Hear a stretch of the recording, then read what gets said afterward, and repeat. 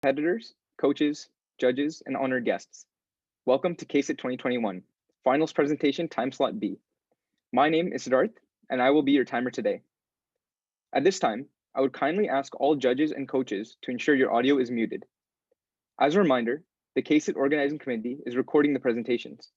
However, in the case of technical difficulties, the recording may be cut off. So coaches, you are welcome to record on your own devices, so long as you do not share your recording outside of your team. It is my pleasure to now introduce to you our judging panel. First, we have Duke Indersigmeni, the Director of Positive Play at EA. Next, we have Diane Lapierre, the Chief Information Officer at Absolute Software and the Chapter Board President at CIO Association of Canada, Vancouver. Next, we have Peter Holoka, the Director of Educational Technology at West Point Grey Academy and the Chapter Vice President at CIO Association of Canada, Vancouver. Next, we have Brendan McCabe, the Senior Account Executive at Microsoft. And finally, we have Steve Penton, the Director of Consulting Services at CGI. It is also my pleasure to introduce to you the presentation facilitator, Peter Tingling, who is the Associate Dean for the undergraduate programs at the BD School of Business at SFU. We are excited for your presentation, but before we begin, we would like to remind you of the presentation guidelines. You will have 20 minutes to present your solution. At the conclusion of your presentation, judges will have 10 minutes to ask questions. At the end of these periods, competitors and judges are not permitted to continue speaking, even if the time ends while they are mid-sentence. I will be using my own device to time the presentations and Q&A period. Competitors, you will be responsible for keeping track of your own time, and I will provide chat warnings at the 5, 3, 1 minute, and 30-second marks. Please note that competitors are not permitted to reveal your university, country, or city of origin during or after the presentations. Thank you and good luck. Competitors, you may begin to share screens and begin your presentation whenever you are ready. I will start the timer when your team starts speaking.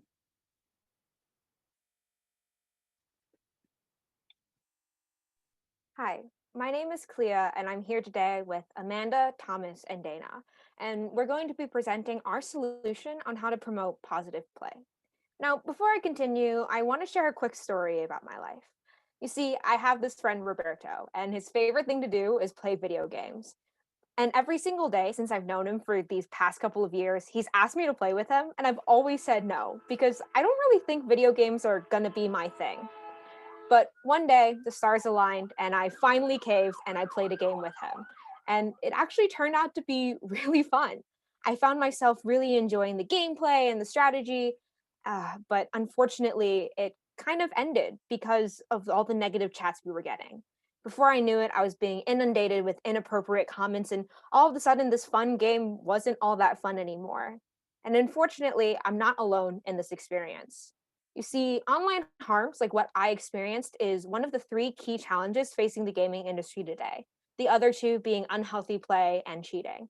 And there are a lot of very smart people using cutting edge technology to try and fix these problems. Between matchmaking algorithms, artificial intelligence, even cybersecurity, it seems like every single technological development is being thrown at this problem with only marginal improvements. In fact, 88% of gamers say that cheating has negatively impacted their experience, and 81% of American adults say that they've faced harassment while gaming. So it's clear that technology cannot be the only solution to a problem this complex. And so that begs the question, what approaches, technologies, and systems can EA adopt to identify and address the issues of online harms, unhealthy play, and cheating? And how can these be brought together in a coherent positive play strategy? Now I'm going to pass it off to Amanda, who will go into our answer to this question. Thanks, Kalia. Now, let's take a step back and better understand why technology cannot be the sole solution to your question. And that is because each player's experience is completely different. In fact, the Fair Play Alliance has listed these factors as things that contribute to the environment that a person plays in. So Kalia found herself in the middle of all of these different factors.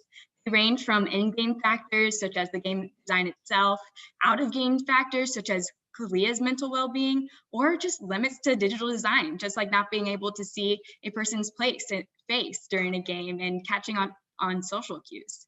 So ultimately, All of these different factors make it so that you need an overarching solution, something then that you can customize to fit any combination of these factors. So to answer your question of how to identify and address issues coherently, we recommend a 3-part framework, including technology, psychology, and community. So to go a little bit deeper on this positive play framework, within the technology component, we recommend you further leverage machine learning to identify specific issues in each of the gaming communities that you foster. Then in the psychology component, we recommend that you address the source of unhealthy play by crafting effective strategies based on psychological evidence and thus influencing player behavior. And finally, in that community component, we recommend that you enhance that position of the game changer so that they are assigned to specific games within your portfolio, and so that they themselves are able to bring up issues and new feedback loops, but also see the implementation of your positive play strategies into the communities. So altogether, this positive play framework will lead to 3 beneficial outcomes for you. 1, it is a broad approach that is easily customizable to any combination of gaming factors, as I mentioned on the previous slide. Second, the cultural shift comes from within the community, meaning that the players themselves are motivated to behave properly. And finally, this is a timeless solution for continuous improvement. Psychological patterns evolve extremely slowly compared to the technological advancements of today's day and age. Therefore, this strategy will last you for years and years into the future, while you will always have to keep up with the next technological trend. So for the rest of this presentation, we're going to take a deep dive into each of the components of this 3-part framework. And first, Thomas will talk about technology.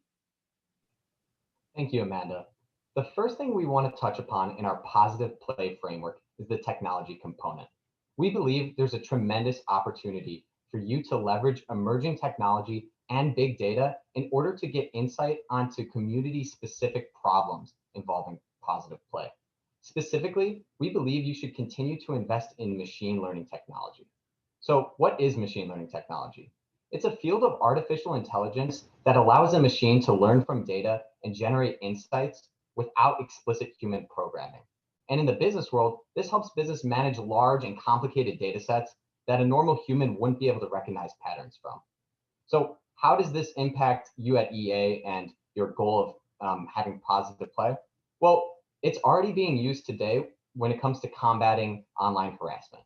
Researchers have already been able to correctly identify cases of cyberbullying with 79% accuracy when using text data.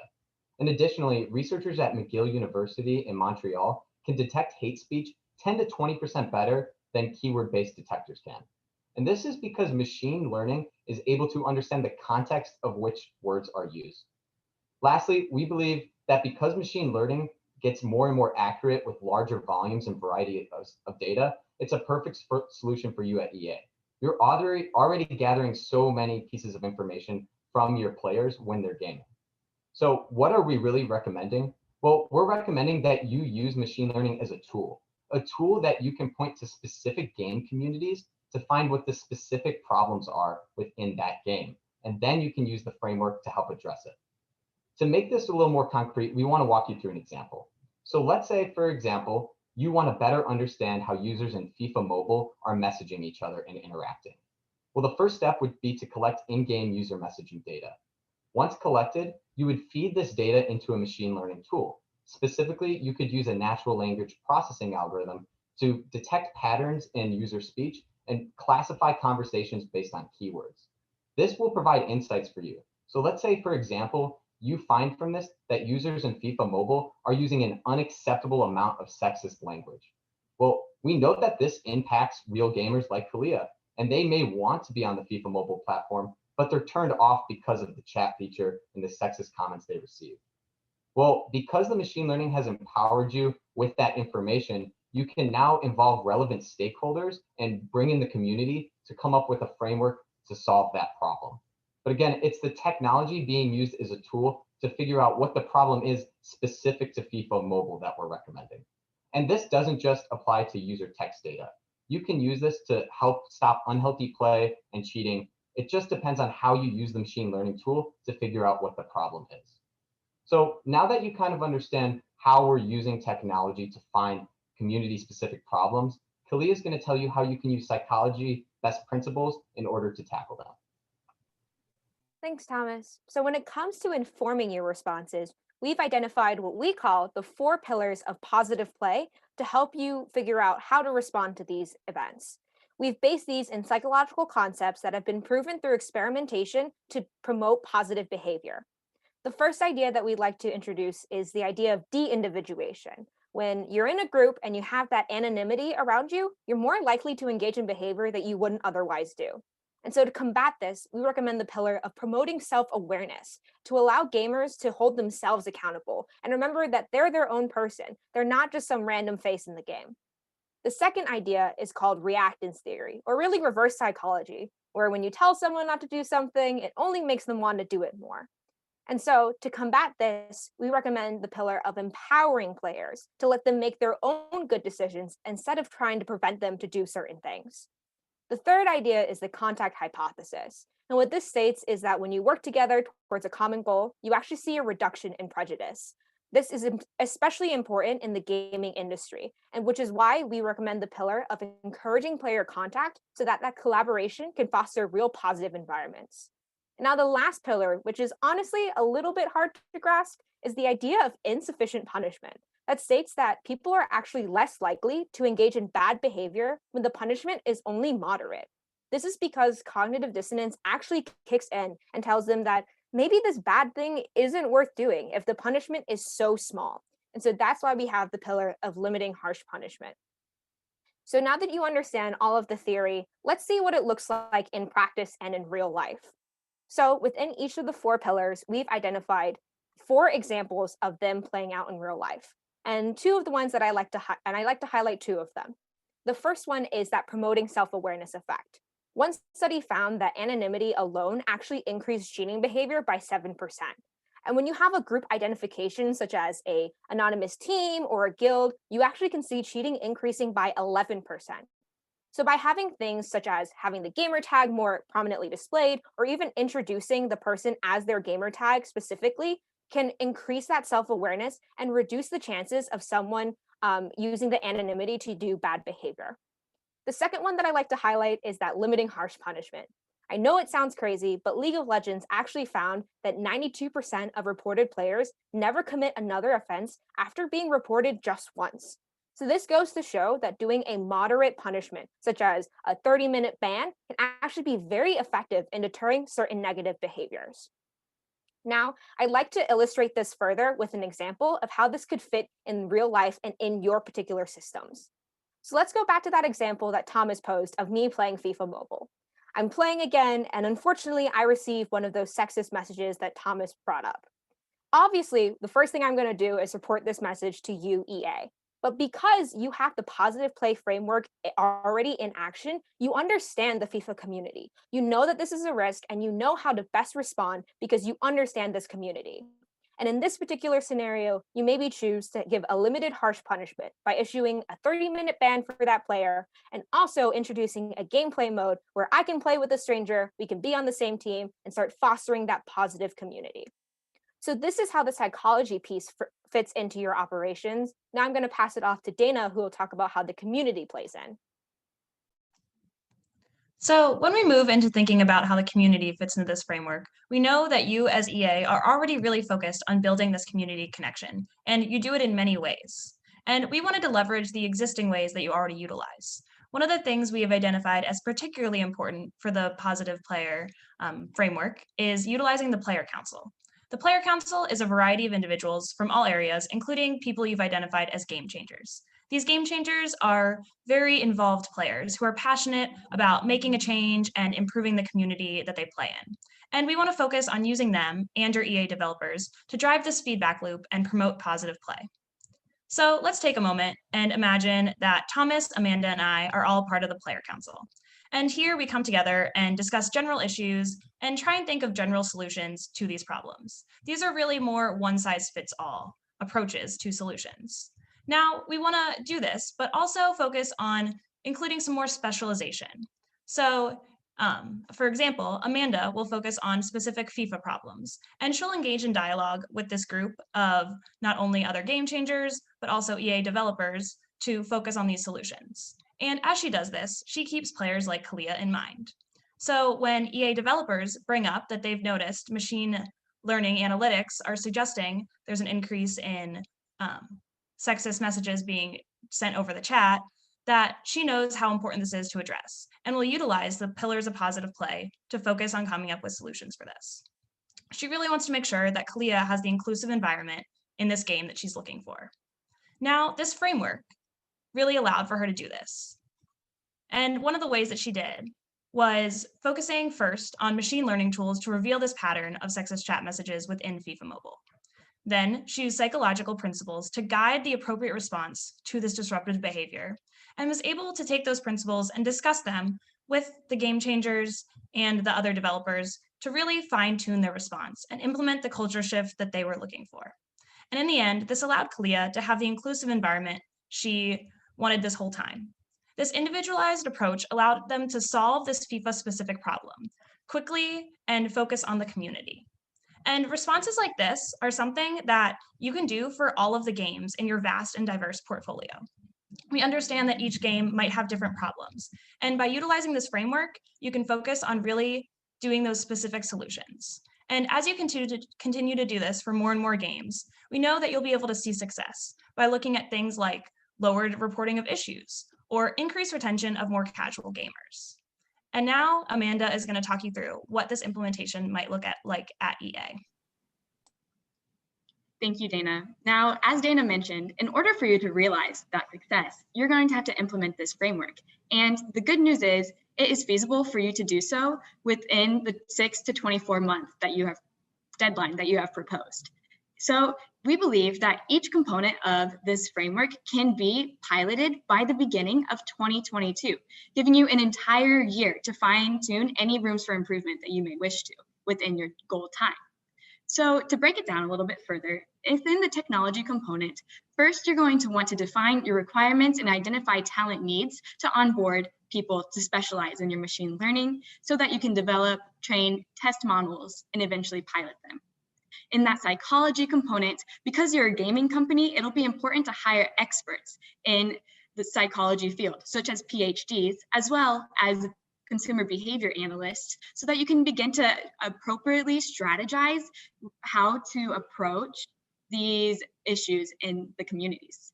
And finally, in that community component, it should be extremely easy for you to recruit your passionate game changers to be a part of the council that communicates the issues that are prevalent within their gaming communities and start those feedback loops and ensure good, thorough implementation to achieve effective results. So now that you understand your next steps, we can look about how this framework has potential for the future, the long-term future. So there are lots of advancements going on in the gaming industry, and one of those is virtual reality. Now, along with VR advancements, there will be unforeseeable risks, but our framework is an overarching broad solution that you can customize to any situation. Therefore, right now, you could even be mitigating unforeseeable risks in the future, such as what might pop up with VR.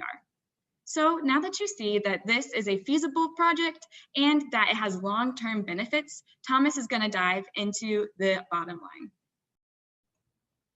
We think that by implementing the positive play framework, there's going to be strong financial benefits for EA. Mostly, we believe this stems from increasing player retention through fostering a positive play environment where more and more gamers feel comfortable sticking to EA games. So in order to understand how you will receive the revenues, we just average spend of an EA player per year, which we estimated to be $19 to $27 a year. In terms of the cost of implementing the strategy, we broke these into upfront and annual, with upfront costs being computers, servers, and GPUs needed to run deep machine learning algorithms. Some of the annual costs will be onboarding data scientists and PhD psychologists, maybe some variable expenses for cloud computing, and also incentives to make sure the game changers are on board. In total, we think this will cost around $6 million in 2 years. So our break-even point estimation will be around 225 to 325,000 marginal users retained. And in comparison to the 300 million users that EA serves through its games, we believe that this is definitely feasible to do. Now, when coming up with our framework as well, we decided to think about some risks that would happen if this were to be implemented. These include technological risks, they include implementation risks, and even some risks along with the psychology framework. But right now, we want to focus on the machine learning risks, mainly that the system might produce unexpected or inconsistent results once deployed.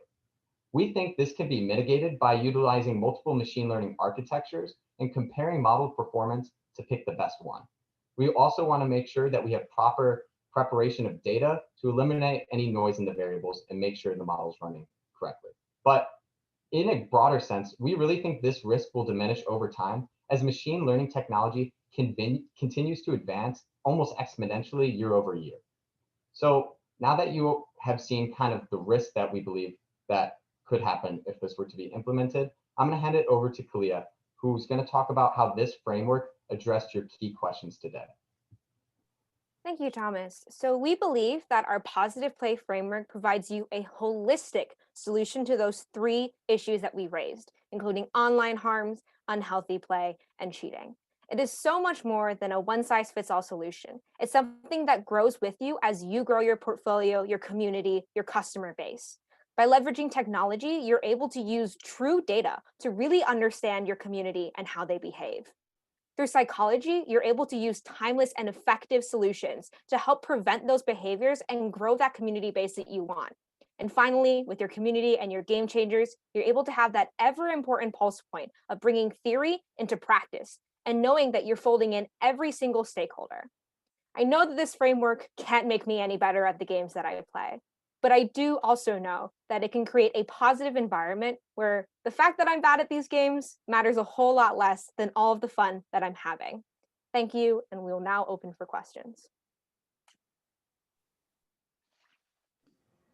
Thank you for your presentation. Please wait a moment while I prepare the timer for the questions and answers period.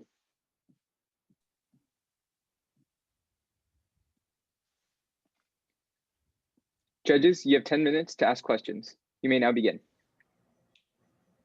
First off, love the framework. So, expected to hear a lot about technology, information system, information design. Love that you went to the humans who use our platforms. And it's eerily similar to sort of the way we're actually looking at the problem. So congrats on that. I think it's phenomenal. I think your understanding also that each game is different and each community is different and each solution will be different was also a great thing that not everyone sees. So thanks for really nailing that. Again, the psychology part is really the heart of where we're looking at this problem, because of, again, what you said, which is that is a slower changing behavior or slower changing vector, we'll say, for lack of a better term, than the technology language even. So, when we think about machine learning, bad actors evolve the language they use, especially on digital platforms. So instead of chasing our own tails, like going to the core of the human again, phenomenal analysis and focus there.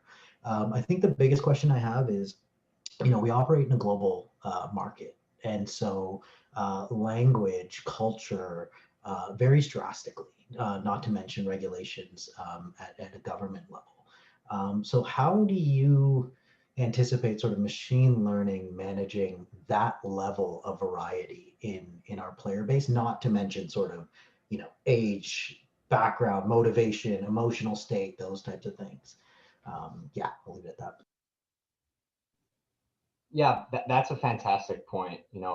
Different game communities and even cultures definitely have different ways of interacting. And if you were just to run machine learning on all the aggregate sets of data, you might not get the correct understanding.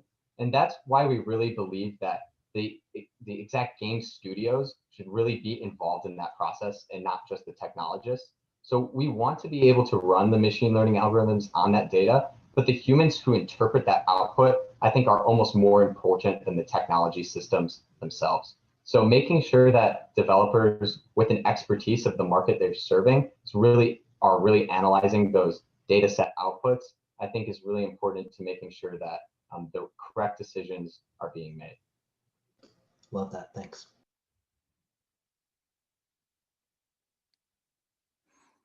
In the timeline you shared, you had the kind of the three ideas running in parallel. Are there any interdependencies between those that maybe would impact any of those particular timelines?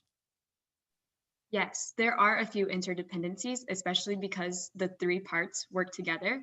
As you can see, the interdependencies start to come into play towards the fourth quarter as you have launched the beginning of the machine learning, as well as finally getting the psychologists on board, because the psychologists on board will be leveraging that data. So they're a little bit interdependent there, as well as the community members themselves are going to be the ones influencing this behavior. So thus, that's also just a little bit after the psychology team is on board and ready to go. So there are a few interdependencies, but it seems as though it still will work well with the time frame. Thank you. I'll go next. So I think your presentation was excellent in dealing with the verbal harassment that some games have.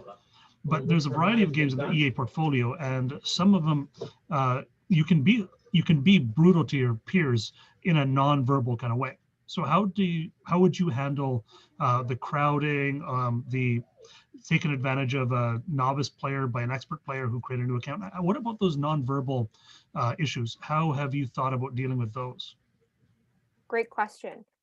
So one of the key ways to actually take care of this is the idea of, in psychology, when you work together as a team, you can actually start fostering that community. So instead of having people be competitive the entire time, if you introduce a cooperative type of gameplay, you can actually start creating that, because it's not beneficial to be mean to that other player, to kind of dominate them in that sense. So by creating gameplays like that, by creating other instances where you have to rely on a stranger to meet that common goal, will go a really long way in creating an overall culture that is very interdependent and understanding of each person. And just to add on the technology side, I really think that's a great point. The example we used is really specific to chat-based data, but there are other ways of harassing players in game that you mentioned. And we think this kind of comes into how machine learning can help. Machine learning is very powerful, and it can find insights from the type of data that you pass into it. And I'm no expert by any means, but from my understanding, if you were able to pass in some of that in-game data, you would be able to detect some of those behaviors like you mentioned. So again, it's more using the tools specific to that game in the community. So if you know chat-based harassment doesn't happen, but it's more in-game movements, you could pass in that movement data and maybe find some trends on, oh, all the players on the map are crowding towards one person throughout a lot of the game. This suggests that this might be a problem. Let's loop in our community members and see if that's actually true or not and get their perspective. I have a question about some of the other aspects of unhealthy play that the case talked about, specifically gaming addiction and also cheating. So I think your framework has done a great job of describing how you would support the positive player and the harassment and that sort of thing. Can you talk a little bit more about how the addiction and cheating would be addressed with the framework? Yes. So looking at that addiction piece, kind of what we think an example could be is through machine learning, you find out that certain players in certain games tend to play for very extended periods of time. And so then once you understand the communities that we'll say are at risk of this behavior, you could implement psychological tools that help promote them for taking a break. So instead of saying, hey, you need to log off after X amount of hours, you can have prompts that are like, maybe take a walk, maybe get a drink of water, ones that are a lot more encouraging rather than telling them not to do something, which feeds back into reactance theory. Now, when it comes to cheating, Like Thomas touched upon, there is machine learning that can pick up on cheating behaviors. And then once you've identified certain games that do fall victim to cheating more often than others, you can start using the psychological principle of promoting self-awareness. So even something as simple as saying, hello, gamer tag, will remind someone of who they are, remind them of their identity, so that they don't hide behind that shield of anonymity and they try to hold themselves accountable with the cheating. It kind of brings in that more human aspect again, and it's very kind of subconscious in terms of deterring those behaviors, but it's been shown to be effective. Can I just ask if you thought a little bit more in the risk sections about the challenges of implementing this over time and sort of, you know, that timeline and how that could get impacted? There's a lot of different games, a lot of different game experiences, and a lot of work to make sure that that's tuned, never mind localized, right, and regionalized. Just some of your thoughts there. And then part two question, I'll just get out real quick, which was, did you think at all about if there is a risk to some of the hardcore gaming audience that are, you know, been loyal for a long time, and them starting to feel like this isn't their platform or eroding, or that these enhancements or changes to the gameplay experience might impact the, you know, the critic ratings on the games or any of those sorts of things? If you have any thoughts on those two bits. So I can start by addressing that first question about the risks first. So one of the things we talked about with the implementation was we do see there could be some challenges that we face. Specifically, we identified machine learning as maybe the most difficult implementation out of all these parts, just because that has a little bit more technical factors involved. And what we talked about was there's the ability that even if the machine learning is delayed and there's things that need to be addressed, there can still be movement made forward in building that team of psychologists and developing those community aspects to really think about those. So there's parts that can move forward even if there are delays in that one part that we have identified as the most risky. I don't mean to, Dana, just sorry. I think I'm more interested in row two though, the positive player framework and the complexity of implementing that, not so much the machine learning that maybe sits somewhat separated. I know you only got seconds to answers. Yeah, so I can go ahead and answer that quickly, because I think both types of risks that you mentioned are like revolving around this idea that the players aren't going to like it. And that's kind of what we're trying to do with the psychology, is more an empowering approach. Like, you're helping us shape this culture so that it is positive and conducive to what the gamers like to do. And so the goal is to target the behavior that is sending people away, making it unenjoyable is not appropriate, and fostering this community of support amongst one another. And the cool thing with this framework is that we are the game changers we are using are the people Questions and answers time is now complete. Thank you for your questions and answers. Thank you to our competitors for your presentation, and to our judges for your insight and expertise. Competitors and coaches, you may now leave the room.